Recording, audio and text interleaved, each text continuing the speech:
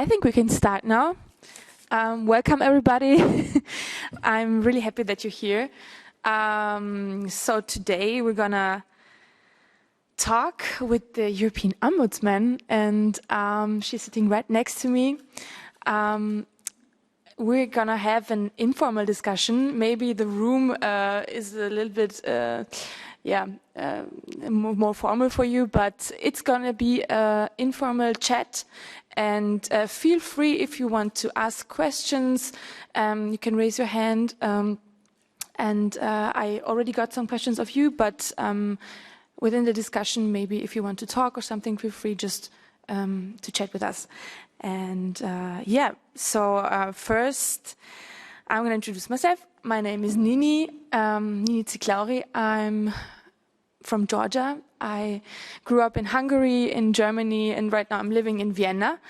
And I'm an EU activist. I am on the streets since 2017, I think, with the Pulse of Europe movement. And I founded it in Austria in 2017, 18. And we brought like 65,000 people all over Europe to the streets for the European values with European flags. And generally it was about communicating the European values from citizen to citizen all around Europe, and non-partisan and really civil societal. And this is what I'm doing also till today, also at schools. And today I'm here. And maybe now the person next to me wants to introduce herself. Emily O'Reilly, the European Ombudsman. Well, thank you very much. Thank you for the introduction. Good morning, everybody. It's lovely to look out and see so many youthful faces out there. And thank you for bringing the sunshine to Strasbourg as well. It's been raining the last few days, so thank you. Yeah, so I'm Emily O'Reilly. I'm the European Ombudsman. I'm Irish, as you may guess from my accent and my surname. So I've been European Ombudsman since 2013. I was elected by the Parliament. So unlike, say, commissioners or auditors or judges who are put forward by their member states, it's the Parliament alone that elects the Ombudsman. And so you go forward as an individual. I had been previously Ombudsman and Freedom of Information Commissioner, or Transparency Commissioner in Ireland. I'd spent 10 years in that role, and then I ran for election in 2013 and won. And then I was re-elected in 2014. Well, I was the only candidate, which was a lovely election when there was a new parliament in 2014. And then I was re-elected again at the end of 2019. And my mandate ends in 2024. So many of you will be familiar with Ombudsman in your own member states, in your own countries. And basically, we do the same job here, except the complaints that we get from citizens are obviously against the EU administration.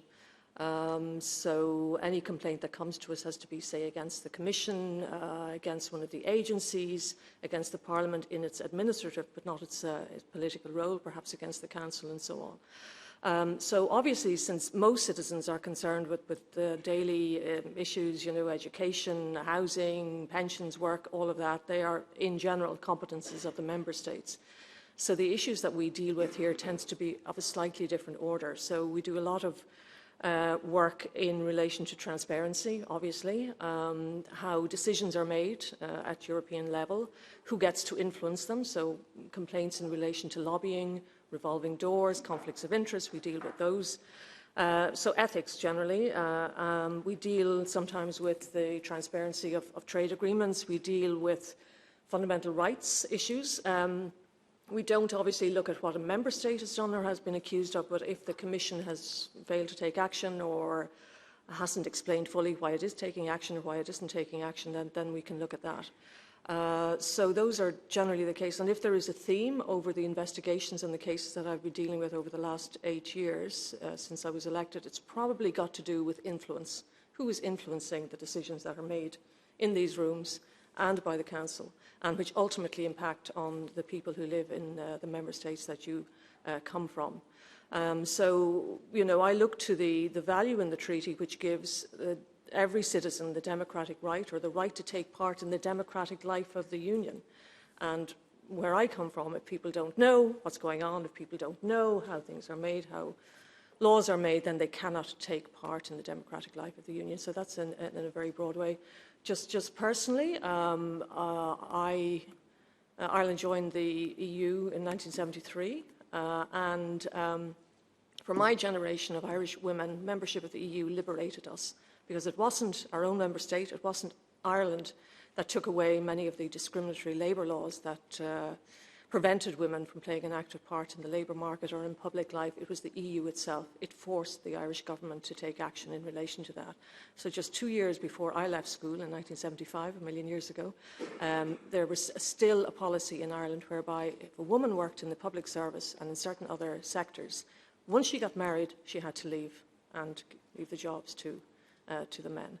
So it was membership of the EU that got rid of that. So obviously from that moment, I have a very positive view of the EU. I know every member state and every young person comes to it from a different generational moment, and it's not always as positive. But so when I do my work, I bring to it a great respect for the values of the EU, but also an insistence that the administration lives up to them and doesn't just pay lip service to them. So that's my perspective from personally, and also in relation to my role as European Ombudsman. Thank you. Could you maybe describe the first moment when you felt European, or what are your favorite things about the European project? I have to ask this as a EU activist.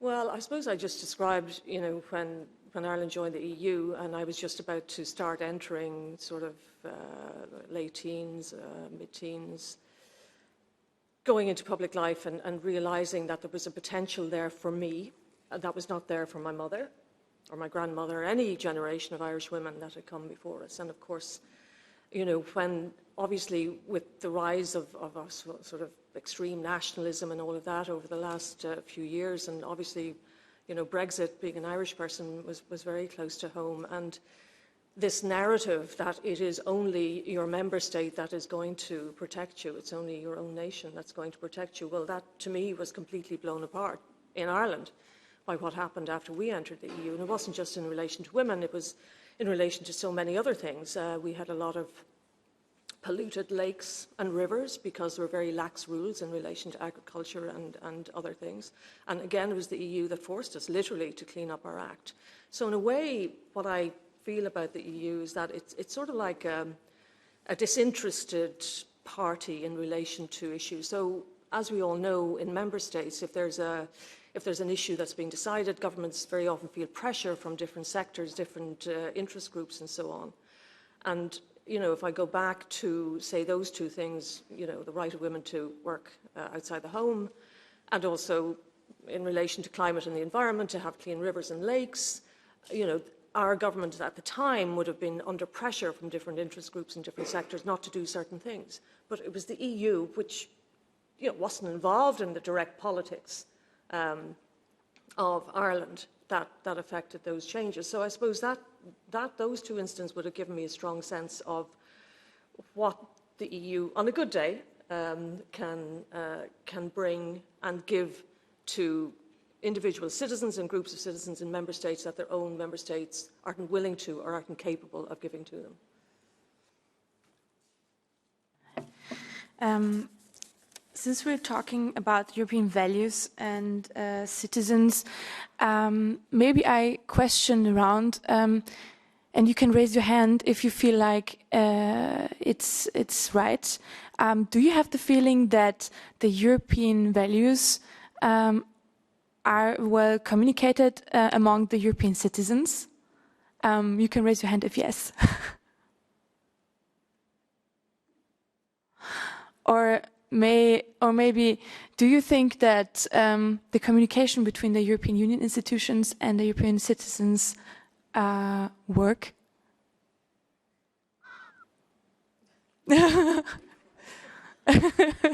Okay. Maybe we have to wake up a little bit. Or maybe do you really think it does not work at all.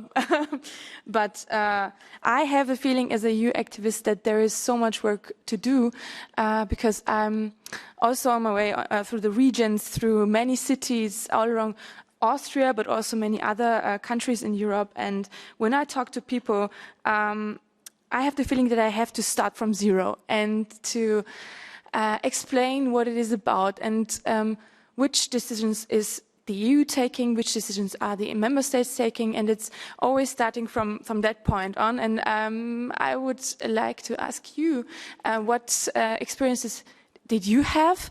Did you have maybe similar experiences where you live?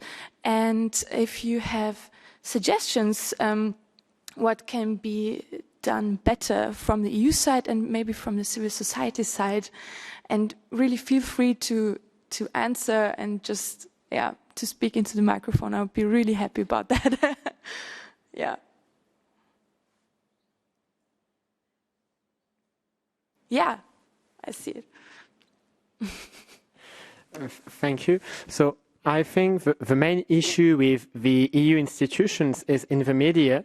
I'm from France, actually, and when we speak about the Europe, it's about the European Union has decided that we have to. It's something like we have no choice with the European Union. We are forced to comply with some rules that were decided in Brussels, and Brussels it's very far. So, and I think that the EU is seen by many citizens as something which is against our liberty, freedom, and you have currently this debate in Germany with a Karlsruhe court. Then now, there's the same debate now in Poland about the EU is against what are our true values actually. And the point is, I think the media should promote and not say we don't have a choice. We have a choice because we voted for the member of European Parliament, but we have a work there is no bad. The decision is never should not be seen as best when it comes from our national parliament rather than from the European Parliament, I think. Could you shortly also introduce yourself? What's your name and where do you come from? So my name's Antoine Hurtaud and I'm from France, actually, from Brittany. Yes, media is a big topic. We always also hear it in many citizens' dialogues that there's a wish from civil society that media also has a big responsibility in communicating the European Union. And we know that in different regions, different states, there is this case when many negative topics are often communicated, and it's really, but that's the point. I want to talk with you about all these. Are there any other answers or questions also? You can also, please. Hello, I'm Christian, I'm from Romania. So Romania joined the European Union back in 2007. I was alive, I was 9 years old, I still remember that. And ever since then, I have seen how the European Union has improved our lives, but I still think there's a lack of communication. I think the communication coming from the European Union is incoherent a lot of times. And the fact is that people do not understand what institutions do, so you don't know exactly what the Commission does, what the Parliament, what's the difference between European Council and the Council of the European Union. People are very confused about that. And there's another point here. The European Union, especially in the East, if you look at Viktor Orban, if you look at Poland, has been used as a scapegoat. Every time something does not work, it's the people in Brussels that have done something bad. And I do not know exactly how the European Union can fight against the states, because if you start arguing against them, then the leaders, they will come and say, see, Brussels is oppressing us, the European Union is against us, and it's a situation you cannot get out of it very easily. Thank you. So I guess The answer is the civil society must do something, as I understand. Yes, because the EU is trying and does a lot of work in that field. But I think in the end, the citizen to citizens, this is the answer. And yeah, but when we're talking about the communication, why is it so decisive for the future of Europe, Mrs. O'Reilly? Could I just take the points that were just made there? I mean, I agree with you. There is a huge, across all of the member states, old, new, middle-aged, whatever, there is this vacuum of knowledge. I mean, even when I came here first in 2013, people were talking about trilogues all the time. I had no idea what a trilogue was, and I doubt if anybody outside the Brussels bubble had either. Trilogues, I discovered, are the informal negotiations that go on between Parliament, the Commission and the Council when laws are being decided upon. So when there is a vacuum, as you know, it creates a space, and false information or distortions or whatever can fill it. And when this issue is discussed, it's frequently said that the institutions themselves aren't communicating enough, and we could argue about that. However, the point is, Europe isn't Brussels. Europe is Dublin. It used to be London. It's Madrid. It's Bratislava. It's everywhere. So really, the communication has to go on in the member states, and it is the fundamental responsibility of the governments, the Parliament, and such influencers to let the citizens know. But of course, they sometimes have an interest in not letting citizens know, so they can blame Brussels or they can take credit for what happens. I mean, I was struck during the pandemic. And not that it's over yet, but anyway, the worst part of it. And I spent most of the time here in Strasbourg, and I was conscious of things that the EU was doing, obviously the vaccines, but also the Sure Fund, which supported people who had lost their jobs and so on. So huge amounts of money, huge things were done by Europe. But when I went back home, it was as if Europe had played no part in this, I'm not saying that the government was, taking too much credit, but certainly there was no sense in which the European role was being played up, So Europe was communicating, Brussels was communicating all of this, but unless it's communicated at that member state level. And I remember just before Brexit, there was a delegation from the UK Parliament, the European Affairs Committee. They came to see me because I was doing an investigation into the transparency of the decision-making process. And I remember the head, he was the chairperson of the committee, a Brexiteer, as it turned out, and he said, our ministers go over to Brussels, we have no idea what they do, and then they agree on things, we have no idea, blah, blah, blah, blah, as if it was Brussels' fault. And I turned to him and I said, well, you should ask them, because their accountability is not to Brussels, it's to London. So, this idea that it all has to come from Brussels, if it doesn't come from the member states, if the member states don't take responsibility for being Europe, in their member states, and then the citizens won't know, because very few citizens are going to be reading Politico or reading any of the insider Brussels newspapers, or perhaps are that interested in European institutional affairs, because they can be boring, they can be complex. So unless they're hearing it in real concrete terms in their member states and from their own governments, this problem is going to continue. And the member states are also responsible for example, the results of the conference on the future of Europe. Whom of you have already heard about the conference on the future of Europe? Okay, I see many hands. And whom of you has already been part of the conference? And whom of you would like to be a part of it? This is great. And whom of you would like to be part of it but does not know how? I knew it. Because this is... But you don't know how. Oh, don't know. Yeah, this is also a problem with our activist group in Austria, because there are these people on the streets, and maybe they've heard about it, and most of them don't really. But if we talk about it and to them, and they want to participate, then they're always like, where and when, and is this a big conference, like a real conference room, and do we have to go somewhere? And these are so many questions. But to give you an example, in Austria, for example, we do these conferences, are more citizens' dialogues, in cafes and at local events like Kiertage. I don't know if you know what Kiertage is, but these are events where people come together and drink beer and have their national clothings on, and we go there with European flags and stand there and talk to the people directly where they do not expect us. And this is like our mission, and we want to do it until the conference on the future of Europe is over, but also besides that.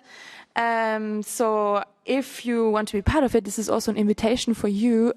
Just contact me or pulseofeurope.eu to make this conference on the future of Europe more fresh and young, and bring it real to the broader mass and to the civil society. I'd like to hear from you. If you write Pulse of Europe, it comes directly to me. So yeah, that's an invitation. And now let's go on. I have some interesting questions from you here, and this one from Julian Ennemoser is also interesting. Why are you not called Ombudsfrau?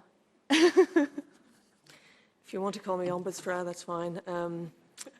Yeah, I have been asked this question, I think, about 2.5 million times now since actually not since 2013, but since 2003 when I became Ombudsman. And the story I tell is that when I was elected, when I was appointed as Ombudsman in Ireland in 2003, the first question I was asked, well, will you answer to Ombudswoman? And I said, fine. And immediately there were lots of letters from all of the Swedish people living in Ireland to the newspapers saying I did not understand the Swedish language and that Ombudsman encompassed both. It was gender neutral, which makes me wonder why there's more than one. They call them ombudsmen. But anyway, I get called both, but in the statute it's ombudsman, and in ombudsfrau in Spanish, defensora del pueblo, mediatriz in French, and so on. But 2003 is now a long time ago, and I think perhaps the statute could better reflect 21st century reality in relation to that. Thank you. And the next question is also very interesting. What does the European Ombudsman do in one working day? From Bibora, Sus. Yeah. Well, it would depend. I might be speaking at something like this. I might be going before Parliament to a hearing. Obviously, I'm dealing a lot with the cases and the investigations that we're doing. I may be doing media. It very much depends on what issues there are at any given time. I mean, the role of the Ombudsman is very much that of an influencer. Yes, you do your cases and your investigations, but overall you're trying to influence the culture of administrative behaviour, and you do that in many ways. So partly it's the cases and the investigations, partly it's outreach with other ombudsmen around Europe, with academics, with forums like this, with civil society, with business. So it depends, on what was going on any particular week. So it's generally outreach and cases and occasional travel. Well, when we were able to travel to meet other ombudsmen's offices, for example, I was in Paris a couple of weeks ago. It was the first time I'd been sort of moving out since the pandemic. I met with the European Banking Authority in relation to the transparency of the agency there, and also in relation to revolving doors, conflict of interest issues. I met with the Secretary General of the OECD because they do a lot of work in relation to this. I also met with the head of the High Authority of Ethics in Paris. That's quite a powerful agency in France, as you may know, because it has real sanctions as opposed to some of the similar institutions around the member states. I was in Luxembourg then meeting some of the judges from the Court of Justice. Next week, I don't travel all the time. This is particularly unusual. So I'm going to Luxembourg next week for the annual conference of the Fundamental Rights Agency, where again we'll be talking about our work in relation to that. So anyway, there's no set pattern for a week, but those are generally the areas that I would be trying to influence, and those would be the areas that I would be working on. Thank you. There's a more specific question from Victor Gietwey. What was the last case that the Ombudsman had to deal with, and how did this process look like? Okay, well, let me talk about a case. It's not the most recent one, but it's an interesting one, I think, possibly from the perspective of this audience, and I'm sure a lot of you are interested in climate change and what the EU is doing about it. As you know, they have a very ambitious climate agenda. So we got a complaint in relation to a very famous global company called BlackRock. BlackRock is the biggest asset management company in the world. When I started doing the complaint, this isn't to reflect how long it took. It didn't take that long, but I think they were managing something like $7 trillion worth of assets. Yesterday, I read that they're now managing $10 trillion worth of assets. So this company has become huge, obviously, and highly influential. Some of you may know that during the Obama era and even before that, Goldman Sachs seemed to be a favoured company, and there was a lot of sort of revolving doors between the Obama and other administrations and Goldman Sachs, and now BlackRock seems to have taken that space. So anyway, the complaint related to a small contract that the Commission had awarded to BlackRock, and it was in relation to the regulations, banking regulations in relation to investments in environmental and sustainable products and services. So a very important part, because obviously if you're going to move away, transition from certain services and from certain, fuel-based industries and so on, there has to be things to take its place, and you also have to ensure that people and companies are going to invest in them. So it was an important piece of work. But the contract was quite small. I think it was only sort of €500,000. BlackRock bid half of that amount for it. It got the contract. And the complaint that came to us was that there was a conflict of interest inherent in BlackRock getting the contract, because a lot of their people, a lot of their clients continue to invest in fossil fuels and so on. And that therefore they had an institutional interest in what emerged in relation to the ESG regulations. So we investigated this case, and one of the powers that I have, even though I don't make binding decisions, one of the great powers that I have is to inspect documents, so we can see anything we need to see in order to put a completely fact-based analysis forward. So in the end, we found that we didn't find maladministration. We didn't find maladministration because under the rule book, the definition of conflict of interest was so narrow that, the officials who were, doing this acted appropriately. But what we said was that the conflict of interest definition was too narrow and that the Commission needed to examine this. So the Commission has agreed to examine that. And why was this important? It was important because, what I always try and ask the administration to do is to join the dots between what seem to be small acts and the bigger things they're trying to do. So let's say there is a revolving door scandal in the EU. That gives ammunition or fuel to a negative perception or a distorted perception of the EU, so they should avoid that. Equally, when a company that has the interest that it has in certain industries which would seem to go in opposition to the Commission's and the EU's climate agenda, ambitious climate agenda, they have to make those links so that even the small things matter. So that was, I suppose, the most recent sort of high-profile case, I guess. Thank you very much. It sounds very, very exciting. If you have any other questions, just feel free to ask them. Otherwise, I would go on with the next topic. Okay, I don't see any hands. Let's speak maybe about democracies in Europe. Since I already told I'm from Georgia, from the Balkany of Europe, and right now our democracy is endangered. For example, I see a hand. Okay, please. Hello, Florian Esnault, voice of the voiceless. I come from France, from Toulouse, and I'm part of the European Democrats. So here I am to talk about democracy, and you talk about democracy, so it's a good link. I think young people are angry at politics, and in particular in France, I don't really know in the other countries, but in France, it's very difficult for young people. And in my opinion, to reconcile young people with politics, we must focus on democracy, and in particular, change the system of the democracy. Because democracy is a smokescreen. Democracy cannot be a democracy if it's representative.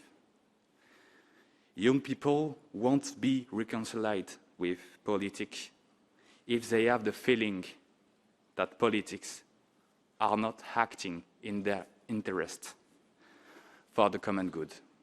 And I want to ask this question. So, how can we improve the democracy? Thank you. A simple question. Thank you. Actually, I have been thinking a lot about this because, and again, I go back to the climate crisis, which is much more likely to affect your generation than mine. And I think, you know, your generation is facing, without being too dramatic, an existential threat that mine didn't, or even the one below me or below me again. And I'm increasingly reading about climate anxiety among young people.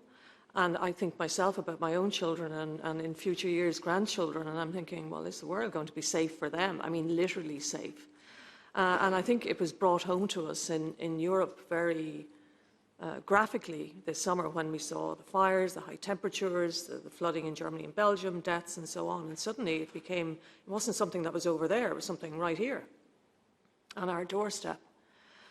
And I actually, when thinking about young people and thinking that you actually have should have a more privileged space in the political environment than perhaps a former generation of young people should have, precisely because your interests are so challenged at the moment. And normally, I mean, obviously there's some young people who just emerge very quickly and get involved very rapidly, but normally it's a case of, well, you have to take your turn, you have to wait your time. But I think if there is a conversation in the member states that young people should be having, it's partly, well, move over, give us more space, because it's not you guys that are going to be affected by this, it's us. And therefore we have a greater right than ever before to be active politically. Now, I can't fill in all of the dots for that, but I think if there is a sufficient raising of consciousness around that, then it will happen. I have no doubt about that. So whether it's local elections, whether it's parliamentary elections, whether it's elections to this body here, yeah, and use the climate crisis as your reason. It's not the only reason, obviously, but I mean, you should be angry. Yeah, of course, because the world that you're going to have to navigate is one that my generation has handed to you. So therefore, I don't think it's a question of necessarily waiting your turn. I'm not saying that older people don't have answers either, or of course, hopefully they have and will assist, but you know, it's you guys that are in trouble, and it's you guys that eventually are going to be dealing with this, dealing with it now. And you're the ones who are going to have to, you know, there's an urgency about your generation that perhaps isn't there with the older ones. So I think you have to inject that passion and that sense of urgency and that sense of the right to a more privileged space to do that. Yeah. Do you? I see more hands. This is so great. Okay, please. Thank you. It's Felix from Romania. I would like to add something about the future, about of the conference, about the future of Europe. I think it's a nice first step to include the citizens in the decision-making process, and we have to further add to this and create these mechanisms to have a conversation, an active conversation and active feedback from the population. I think this would add a lot to the knowledge of a normal citizen of Europe about the EU institutions, and it would ease a bit of this confusion we have with all the institutions, and we don't know which part does the government take, which part does European institutions take. So an active conversation with the citizens, I think this is the path to a more integrated and a more successful and united Europe. Thank you. Thank you. May you also introduce yourself shortly? Yeah, it's Felix from Romania. Ah, cool. Yeah, I saw him first. Please. Yes, my name is Thomas Coutrocois. I am from France. So I have a question about your career. It's not linked with the democracy, but you said that you work with a team. No, you do investigation. So my question is, I guess you work with a team, and when I don't know, is there any lawyer or any is there any lawyer in your team? So because I heard that we have the EPSO contest, and you can pass the lawyer contest, and I was asking if it is linked with your activities or not.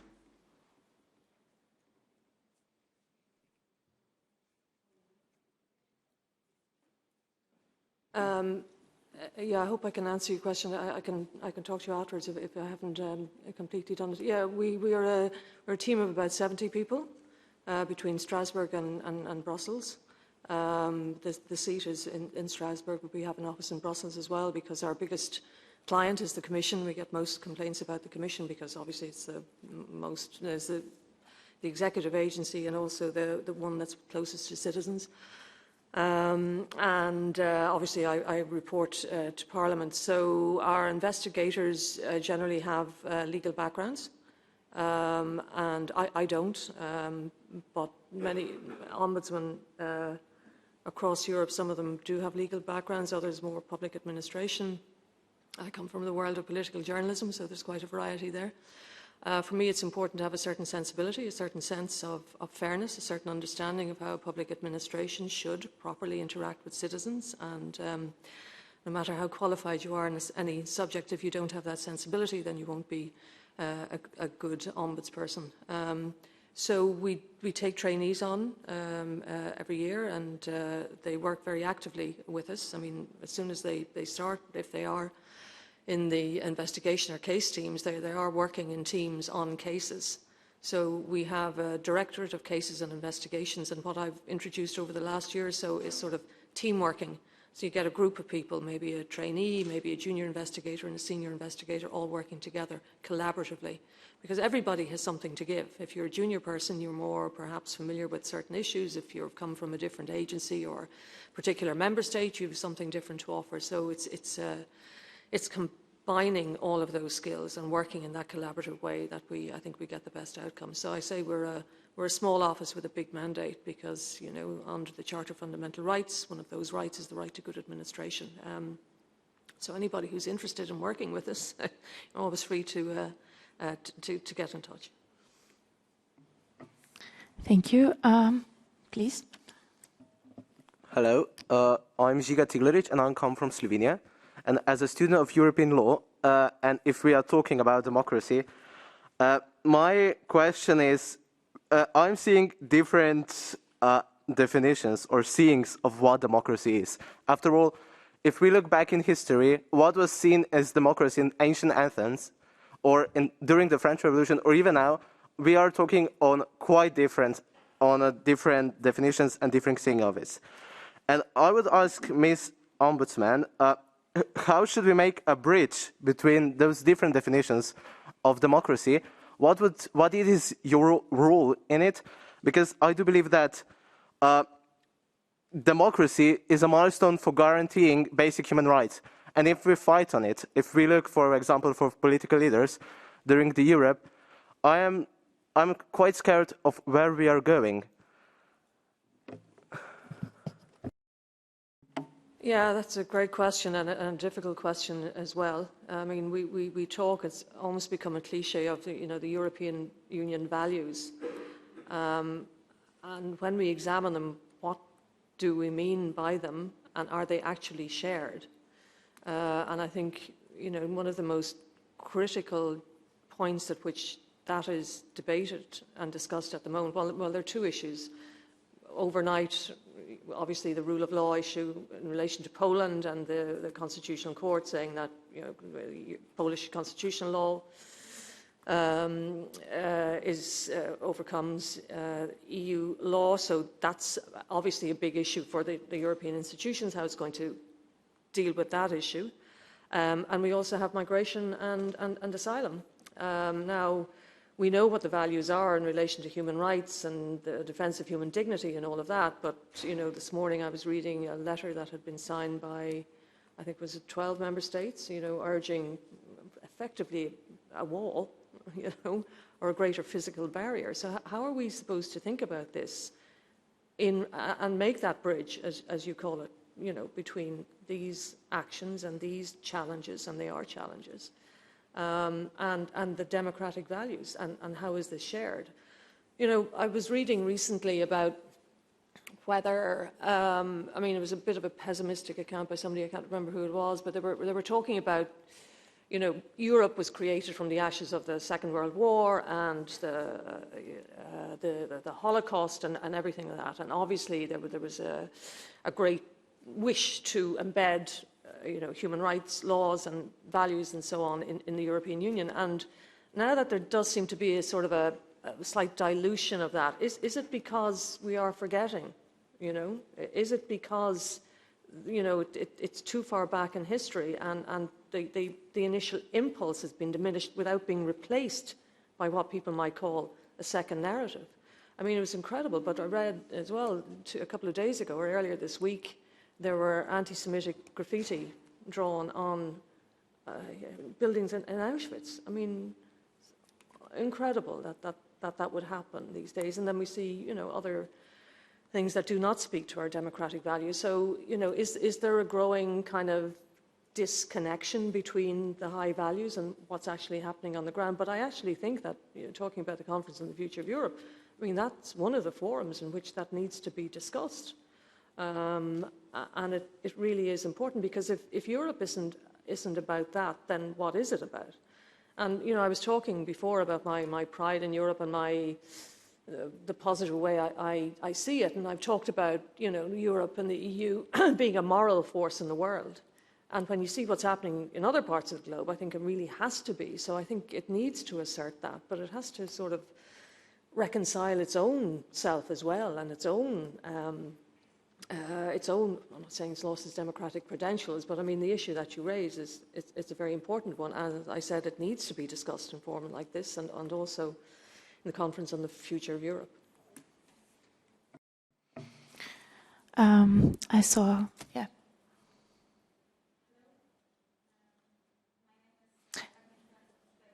Yeah, switch it on. Okay, sorry. My name is Agnieszka Homańska, and I am from Poland, from Warsaw. And I arrived here with a big group of my Polish students, my Polish friends, students also. I am from the Warsaw University. And yesterday we heard about the sentence of our court about the fact that the European law is against our Polish law. And I don't know how to feel about it, because I'm sure that most of the young Europeans, we feel that we need European Union, and we feel that we cannot move forward and we cannot face China nor the United States without the collaboration within the European Union. And we came here also to say it out loud, not to shout, because we are not here to make, big statements. We are here to make some changes. And we came here to say that we want to be with you, we want to stay in the EU, because we can't imagine EU without Poland and without some Eastern countries, because I started hearing voices from my friends from the wealthier countries, I would say, from this wealthier group, okay, so why did we take those countries to European Union? Why do we have Hungary? Why do we have Poland? And at such moment, I feel that we can't ask questions like why. We are all together here, and we want to create the common future. So my question right now is to you, because we are talking about democratic values. European Union should be a guard for those democratic values. And my question is, what can we do and what can you do? Not only us, young people, because I think in Poland we have already a lot of movements, a lot of Euro enthusiasts, and we really want to do something. But we need you, and we need adult people, we need the members of parliament, we need European institutions that would say, okay, Poland, we want you, and that would help us, maybe the young people, maybe other activists from Poland, I don't know, to change the perspective and to show Poland and Polish people that we are all together and we should stay together. Thank you very much. Thank you for that. And yeah, when I actually, picking up from what the gentleman over there said about young people and so on, and you talk about the majority of young people would be against or wouldn't agree with that particular line of thinking in relation to EU law and Polish constitutional law. And it reminds me that the majority of young people in the UK didn't want Brexit, and a lot of their life chances were completely, well, I won't say destroyed, but changed, transformed as a result of decisions that the adults made knowingly. But I agree with you, it is the institutions that have to show that practical solidarity and meaningful solidarity with Poland, because the EU exists, I mean, to be flippant about it, because everybody agrees to play the game, where we may not like bits and pieces of what happens, but we agree to be governed by the rule of law and to accept, where it is appropriate, the rulings of the ECJ and accept the primacy of European law over domestic law. So now it's quite a moment for the EU. I mean, so I think we'll all be waiting to see very carefully what happens next. I noticed, I mean, I was just reading this morning, so I'm quoting that one of the initial responses, I think perhaps from the Commission, obviously they're not happy with it, but they seem to be saying, well, let's see if this plays out in practice, if there is an actual case and if EU law is ignored or whatever. So that might be just postponing things a bit. Obviously, we have the question of the money. Now, I think there will be an issue about the pandemic support that will go, but other people, obviously in Parliament and elsewhere, are talking about other funding that goes. Of course, the other issues that will be discussed politically, either publicly or else, or, well, if you impose sanctions, it's going to hurt people, Polish people. So that's always an issue. And what's the geopolitical play in relation to this? I don't think anybody really knows, but history teaches us, of course, that if we hesitate, then, worse things can happen and things become normalized. I mean, it's always interesting to me, if you look at the United States at the moment in relation to, let's say, abortion law, for example, or other restrictions, particularly on women, sometimes it's just a small thing that can be ignored, and you ignore that, and then something else happens, and eventually it just becomes what has happened, we see in Texas in particular. So I often wonder, we know nothing happens overnight, fascism didn't emerge overnight, it wasn't invented overnight. These things happen incrementally. And there are points when you think it's not big enough to bother about, and so it grows. So at what point is it big enough to bother with? And I think that's the question, perhaps, in relation to Poland and the issue around this. So it's a huge issue for the EU institutions, and it will be watched very carefully. And as you say, Poland, is a very important, wonderful member state within the EU.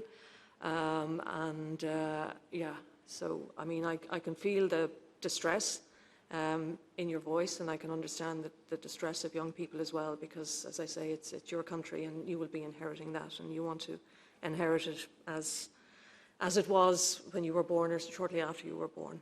So I wish you good luck. Thank you. Thank you so much for your statement. And I can also tell from my experience, we have also activist group that work transnationally, so that we plan always also to come to Poland or to Hungary when it comes to demonstrations, so that we can transnationally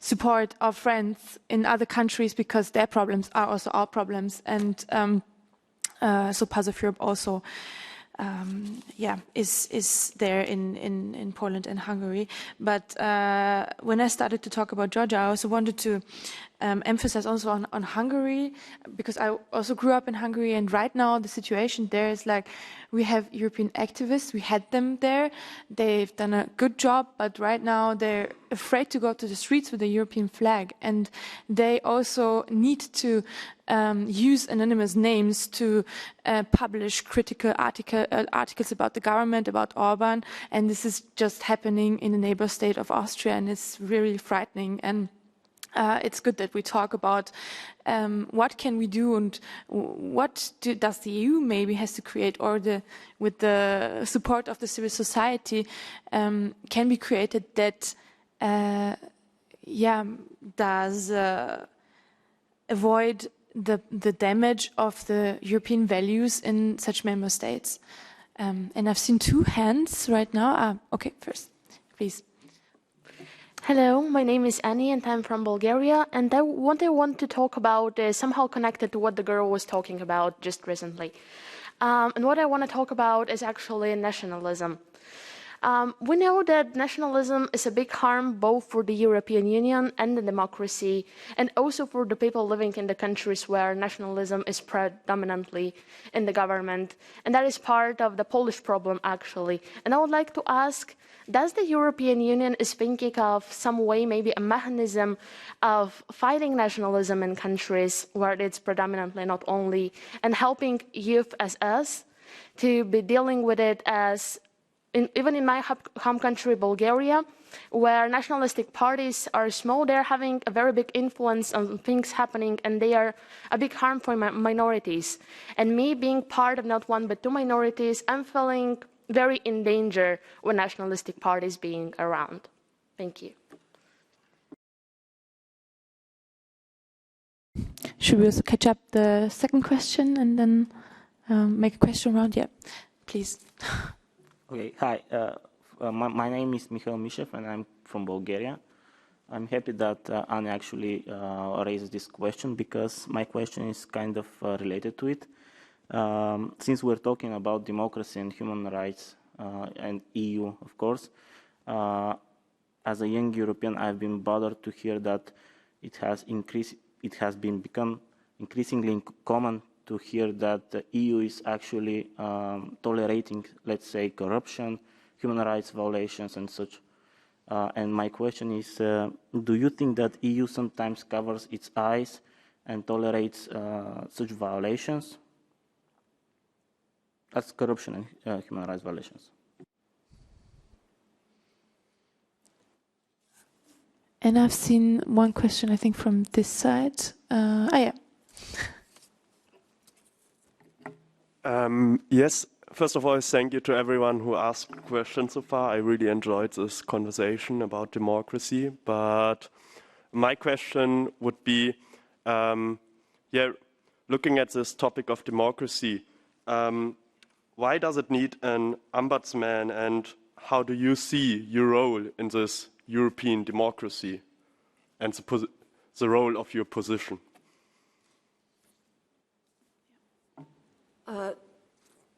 just generally, the question that was asked about corruption. I mean, the EU, does play its role in relation to investigating these allegations and so on. And obviously, if there are infringements, or if the Commission or whatever the relevant bodies aren't doing their work, or not perceived to be doing their work, then obviously questions can be asked. And sometimes we do deal with complaints, not in relation to the issue itself in the member state, but as I said, how the Commission has dealt with it, whether that be in relation to allegations that EU funding has gone astray, it's being used inappropriately, or has been misappropriated. So the issues that come to us tend to be around whether investigation reports are made transparent and so on. But it's difficult to talk in the abstract about it, so it would be better to talk about particular cases. And if you're interested in finding out what particular cases we may have dealt with in that area, then please get in touch and we would be happy to let you know. In relation to democracy, yeah, I mean, I think one of the big, and the role of the Ombudsman, in one of the big pieces of work we've been doing over the last while is in relation to council transparency, which sounds a bit abstract, but actually has very concrete outcomes. So this basically means, what does your government do and say when it comes to the council meetings? What do your ministers for agriculture or finance, or whatever the issue is, what do they do when they meet at council level, at ministerial level? What do they agree to? And can you, the citizen, see what they've agreed to? And the answer in many cases is no, not really, or it's very difficult, or it's certainly not automatically produced. And our point is, well, in a member state, you generally know what laws are being proposed, you know who's for them, who's against them, the debates happen in Parliament, in committees, we know possibly who's lobbying them, there are debates in media. That doesn't happen, generally, in Brussels. It's a way. So the council is sometimes called the black box, because you can't really see inside it. So we've been trying to open it up. So let me give you an example of why this matters, and I know my colleagues will be sick of me using this particular case, but I think it really illuminates it. We call it the bees case, okay? So about 8 or 9 years ago, the Commission proposed advice to the Council in relation to the use of pesticides and bees. Okay, so you can understand that's a big issue, biodiversity, climate, all of that. And so a few years ago, we got a complaint from a French NGO called Paulinus asking for the member states' positions in relation to this advice, because the advice had not been acted on. Now, I don't have up-to-date information on it, but up until recently, it still hadn't been acted upon. But we had no idea, our citizens had no idea, well, who's stopping it from being acted on? Is it the French? Is it the Irish? Is it the Germans? Who is doing this? So the Commission, who held the records, okay, thought about it, probably consulted with Council and came back and said, well, no, because on balance, we think there is a greater public interest in protecting the discussions than the public interest in letting people know how the member states were reacting in relation to this rather important issue. Now, we disagreed, but as you know, my recommendations are just that, and that was not accepted. So that's why council transparency matters, because if you don't know who's dealing with whom, or who's obstructing, or then you can't act as a citizen. You can't say, hang on, French government, German government, Irish government, zoning government, whatever, we don't agree with this, and justify yourself, make yourself accountable to us. So that's why this issue is important. Now, what I get told back is, well, it's really difficult. We're never going to get 27 states to agree if the positions are going to be put out there. And I say, yeah, that's difficult, but that's actually democracy. And that's what the treaties say you have to do. Lawmaking has to be. And so it makes a nonsense of the right of you and all other EU citizens to involve yourselves in the democratic life of the Union if you've no idea, if you're shut out from it in the first place. So, so that's what we do. We try and make a bit more real that particular treaty value when it comes to democracy. And I know there was an academic I was having a discussion with some time ago, and he was trying to sort of say to me, well, look, Emily, in the real world, this happens and that happens and somebody does a deal with this country and then in order to get a deal for their own, or something like that. And I said, yeah, but I, as Ombudsman, can't work in that space. I have to work with what's in front of me in relation to what the treaties say and what the rules say. So I can't, you know, talk about something that happens in a parallel universe, you know. So that's the piece we're doing, and slowly getting some traction in relation to that.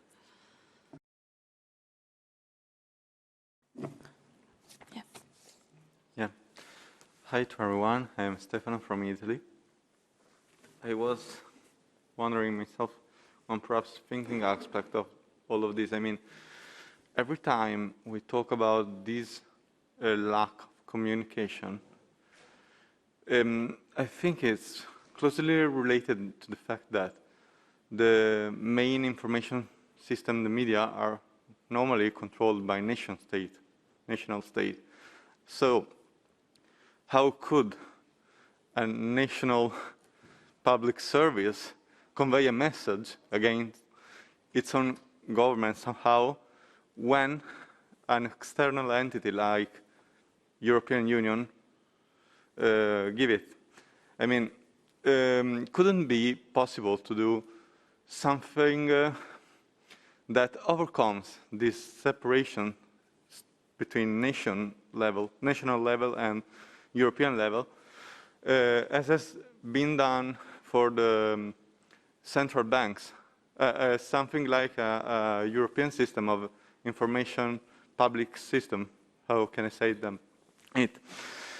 In order to overcome this separation and give the appropriate space to institutional communication of the European Union. I mean, nowadays we have the Parliament, the Ombudsman, all the European institutions communicating by themselves, but not with a clear channel to their own citizens somehow. So I think that this could be something to work on, because the people, the citizens, are already doing many things, many activities, and usually they are also listened by this institution, but actually the results are not well properly communicated to people, I think. And usually this is one of the main issues, according to me. Thank you.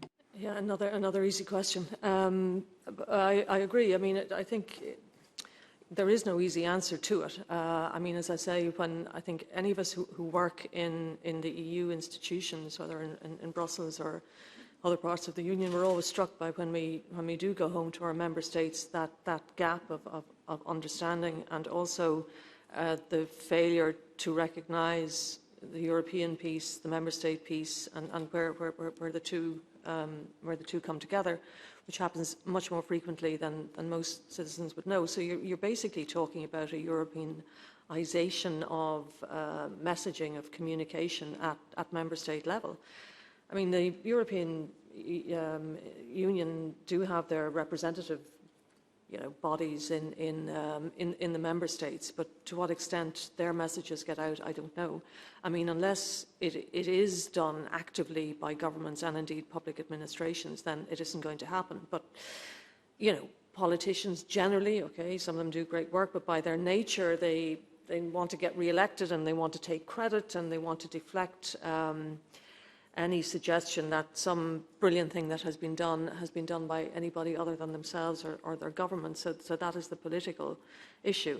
But it was striking as well, just even in elections that do have a European element to it, like European Parliament elections. I know in my own country and elsewhere, the political debates tend often not to be about Europe. They tend to be about national issues, and it was striking during the recent German election, when the TV debates were on, Europe was barely mentioned, so, and Germany is a very important player in Europe, as we all know. So if the debates at that level are not being Europeanized, then it's very difficult for it to trickle down. But I'm a firm believer in, if you will it, it will happen, and where there is leadership, no matter how small the agency or body, then that can have influence and that can have effect. Honestly, when I came here to Strasbourg at the airport, I wanted to buy a newsletter, a newspaper or something. And I was standing there and asking myself, why isn't there any pan-European newspaper? I want to know what's going on in Europe. And yeah, these are the questions. And why isn't there any nice documentary on Netflix about Europe and people who are also demonstrating for Europe, European values? There are so many people also outside the EU risking their lives for European values, like in Ukraine, in Belarus, in Georgia. And there are so many beautiful stories and encouraging and powerful stories. And we do not really have this kind of communication yet. Also, when you Google podcasts or you look on Spotify, what's going on? I want to hear something, about Europe, which is not very technical, not very historical, and difficult to understand, and you hardly can find any emotional podcasts also about Europe, and this is so important. But I have the feeling that it's right now starting, and I have this feeling that in the next years maybe there are many more grassroots developments and people who come from the creative corner and want to make a change in that field. Please. Hi, hello. I'm Theodore, I'm from Poland, and before I even start, I want to say sorry from Poland, from all the people who feels connected with European Union, because we don't know how to act against it in Poland. And my question is there any tools aimed more to politicians than to the people? Because I think the main problem in Poland now is the people on the streets are really enthusiastic to the Europe, but people with power in our country are anti-European Union. So maybe we should focus and aim the actions against the politicians, not the whole country for the people. And also, do you think such a situation as happened in Poland could open the gate for the other countries that not feeling such connected with European Union to start questioning the main rulers of our union? Thank you.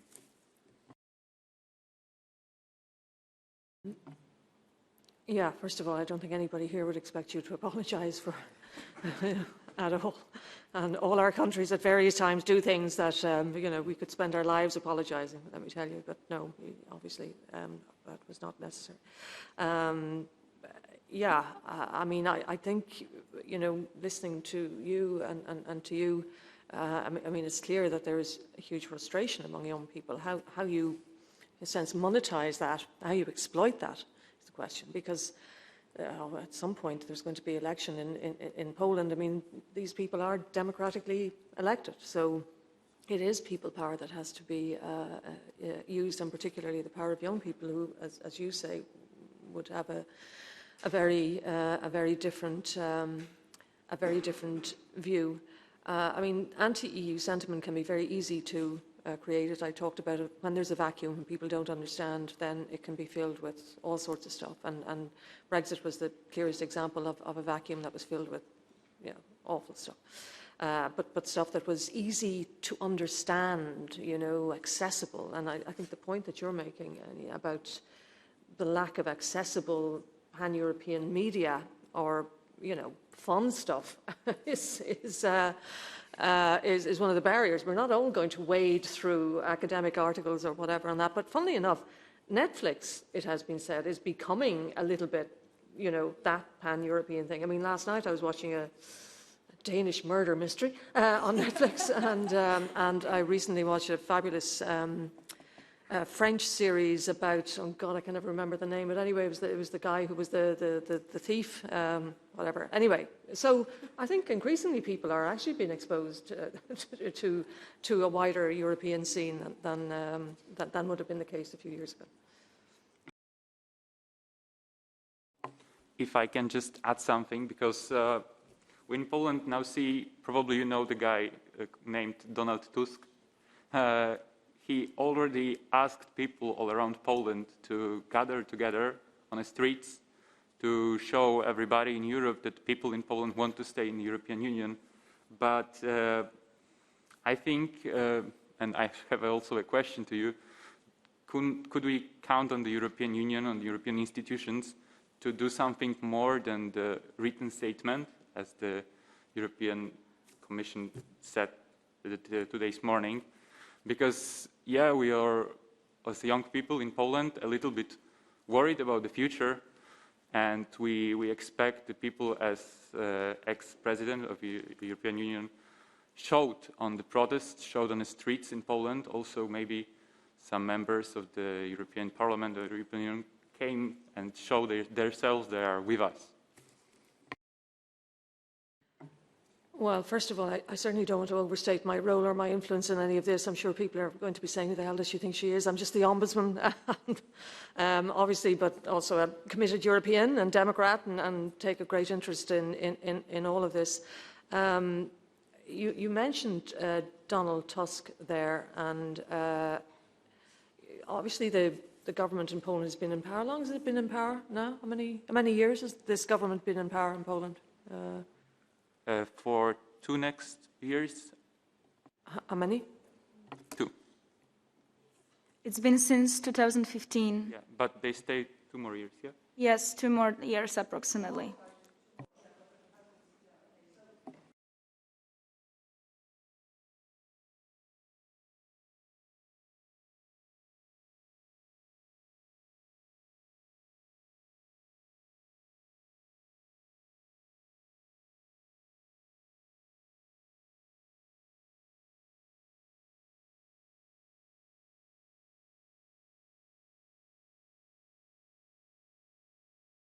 Solely as Ombudsman, but I think, judging from the reaction immediately after the decision of the Polish Constitutional Court yesterday, and just reading stuff this morning, it is quite a moment of challenge for the EU. I can't say how they're going to. I don't know what. We've discussed some of the factors that are going to play, whether it's geopolitical, it's whether not wanting to punish the ordinary Polish citizens, or whatever it is.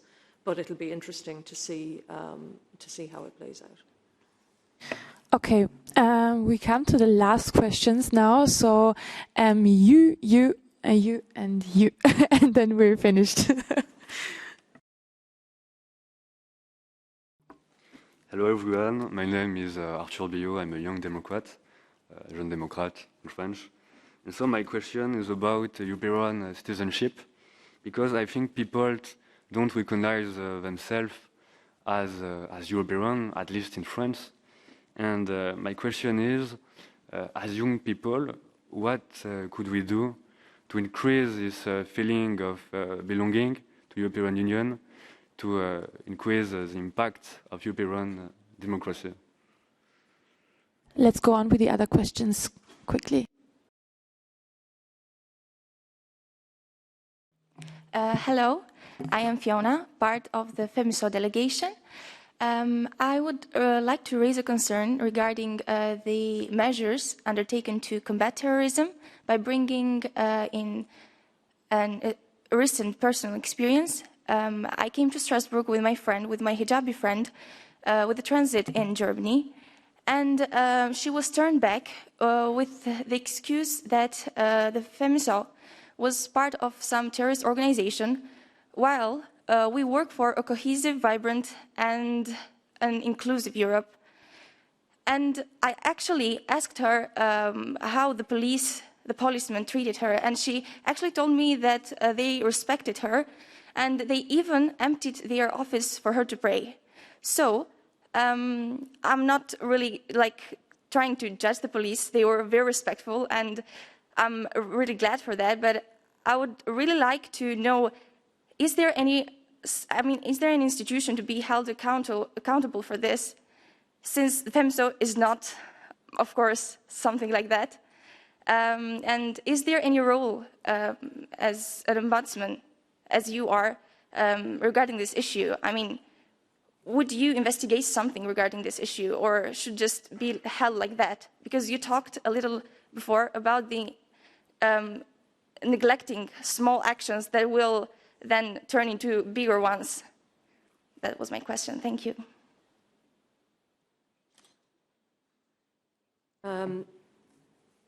Yes, just in relation to citizenship, it's a word that's often trotted out, and everybody talks about citizens, and I often wonder who they have in mind when they talk about citizens, because we're all so diverse and so on. So very often lip service is given to the idea of citizenship. We started to use a word in our office, or an expression, which is citizen washing, where they do something that seems to be very pro-citizen, like the European Citizens Initiative, for example, which was heralded as a great way of allowing citizens to take part in the democratic life of the Union, which really hasn't gone that far. So I'm hoping that the Conference of the Future of Europe will have a positive and significant outcome, and that when they talk about that, and it has been talked up as one of those initiatives that's going to bring the citizen, give the citizens more say in the life of the Union, that that will actually happen, even though a number of countries at the start wrote a letter saying that they didn't want any treaty change. So, you know,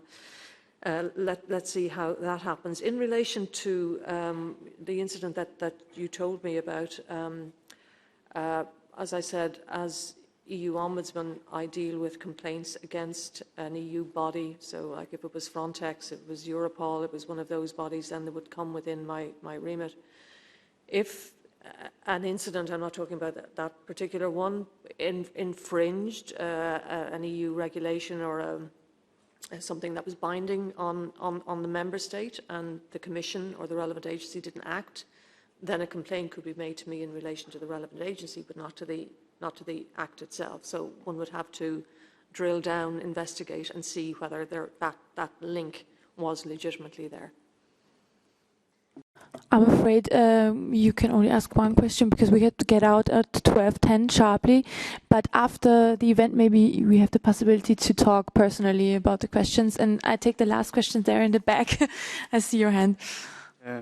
Yeah, thank you. I'm Matis Kapilov. I come from Germany, and my question is about the flood catastrophe. There was a warning from the German weather experts about the North Rhine-Westphalia government, the German government. It don't hear us, it don't heard the warning, and when the flood comes, it just destroyed everything, and the government didn't react.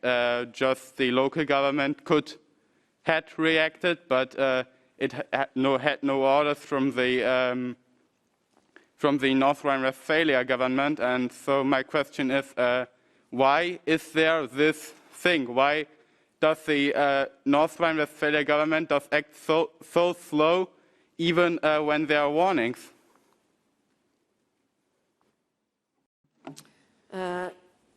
Yes, I suppose that is for them really to answer and to be made accountable for. I did read about that at the time. It was actually quite an interesting phenomenon. Again, I don't know in detail the circumstances. I presume there's an investigation into it. Is there? Yeah. And I don't know to what extent there may be, you know, an EU that it could be linked to an EU agency or body, or money that had been given for something. I don't know. I can't answer that question. Obviously, if there is an EU angle to it, then, you know, theoretically some complaint could come down the line at some point. But I think from what I've read, an investigation at local level would be, in the first instance, the most revealing. So I want to thank you for all your questions, and that you came here. Also thank you, Mrs. Ombudsman, for taking your time and coming here to discuss with us. Follow the Ombudsman on the social media and also Pulse of Europe to be updated. And I can just give you a quick last statement. I think that all these issues that we just discussed, they come together to that one big question: does the EU need reforms? And when are we ready for the new reforms, and how do we come to that point? So, and I think we have to do a lot of work on the civil society level, so that we have a strong European civil society who does know why it is important, why the EU itself is important, and when it comes to that question in the different member states, that the EU civil society is ready for that. And maybe the conference on the future of Europe is a first step to this direction. So go to the streets, and make projects, do something. And there are so many possibilities. We're here, Path of Europe is also here, many other organizations are there, and I think without our work, we will not come to that point. And thank you again for your time.